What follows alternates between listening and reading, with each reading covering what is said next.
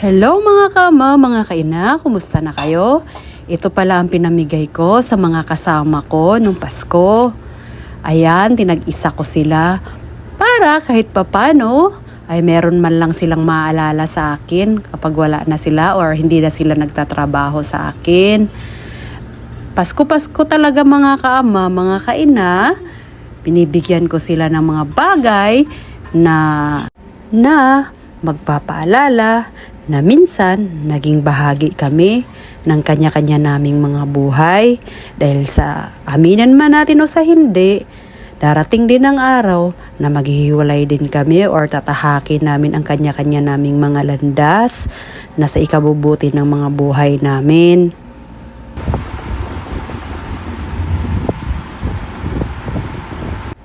November pa lang mga kaama, mga kaina, binili ko na yan para hindi magsabay-sabay pagdating ng December. Alam naman natin pag buwan ng December, lahat ng gastos ay nandyan. Kaya inuunti-unti ko na talaga yung mga dapat kong ipamigay sa December. At pati 13-month pay, pinag-iipunan ko rin yan mga kaama, mga kaina. Hinanda-handa ko na yan, malayo-layo pa dahil medyo malaki para maging merry ang mga Christmas nila. Pati din po sa customer, yan yung mga pinamimigay kong giveaway sa kanila. May pamasko din po pati customer namin. Dahil halos kadalasan, kantin yung suki namin, maramihan sila kung bumili. Yan ang pinamigay ko sa kanila, yung malaking termos, yung mahigit 3 litro ang laman para magamit nila sa mga tindahan nila.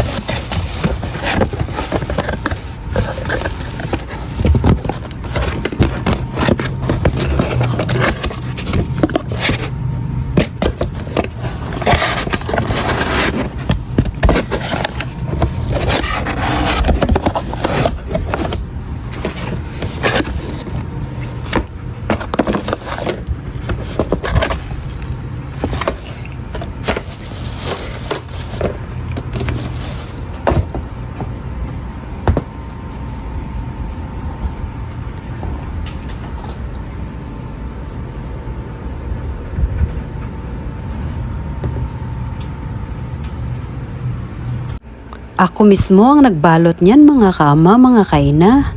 Kaya sumakit ang katawan ko dahil inabot ako ng madaling araw. Pero sulit naman mga kaama, mga kaina nung narinig kong sinabi ng customer na maraming salamat kasi napakinabangan nila ng husto yung aming giveaway sa kanila.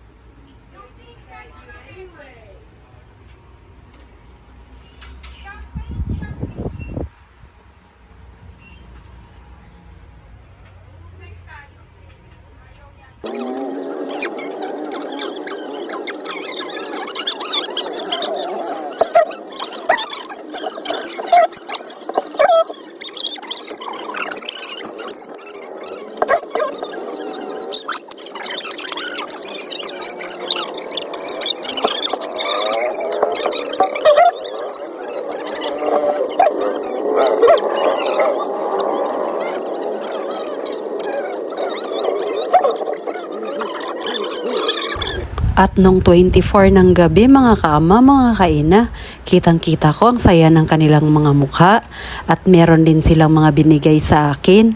Kaya nakakatuwa. na nakapagbigay tayo ng saya sa kanila.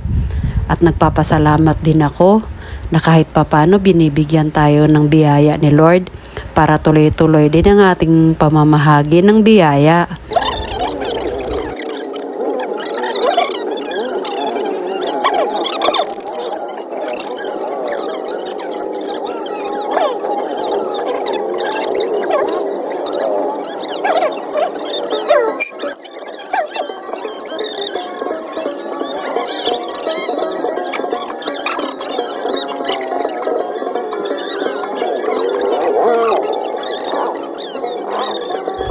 Kaya mga kaama, mga kaina, pwedeng magpahinga pero bawal sumuko. Bawat pagkakamali, yun ay tanda ng ating pagkatuto. At yun ang magiging hagdan natin sa tagumpay. Sabayan na rin natin ng sipag at tiyaga. At syempre, panalangin kay God na bibigyan niya tayo ng malakas na pangangatawan at gabay sa anumang desisyon natin sa buhay.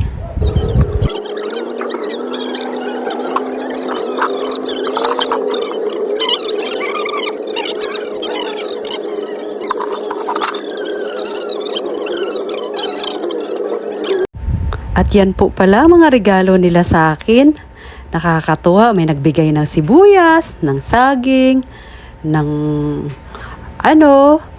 pakwan, ng orange. Ang dami po nilang biyayang binigay din sa akin. Kaya sa pagharap natin ngayong taong 2025, mga kaama, mga kaina, naway gabayan tayo ng puong may kapal sa araw-araw nating pamumuhay. Ingat po kayo!